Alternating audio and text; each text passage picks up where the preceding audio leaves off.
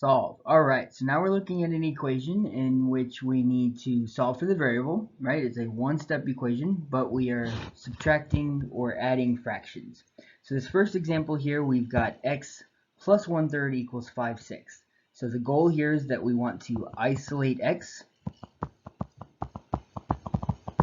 And so to isolate x here, we are going to want to subtract 1/3 from both sides. So I've got x is equal to 5/6 minus 1/3. But these do not have a common denominator, so I need to make it a common denominator in order to subtract. And so 3 and 6 both share a multiple of 6. 6 times 1 is 6. 3 times 2 is 6. So I'm going to do a little bit of side work here. 1/3 is going to equal to something over 6.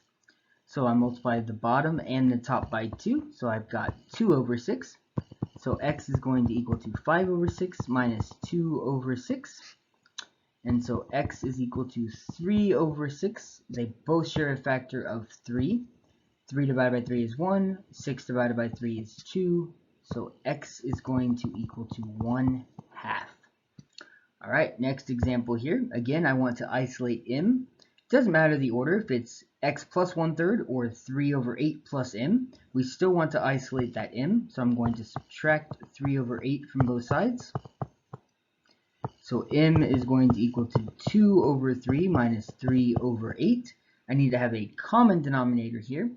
3 and 8 do not share any factors, but if we kind of think through this, the one that kind of makes the most sense there is just to multiply the two because 3 is prime, right? And so the LCM for 3 and 8 is going to be 24.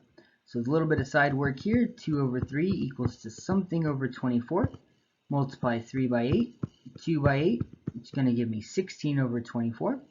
And then 3/8 equal to something over 24. Well, 8 times 3 is 24. 3 times 3 is 9. So I can rewrite this with equivalent fractions. M is going to equal to 16/24 minus 9/24. So M equals, we can rewrite this, right? We've got common denominators now. So we can write this as 7/24. 16 minus 9, so that's 7/24.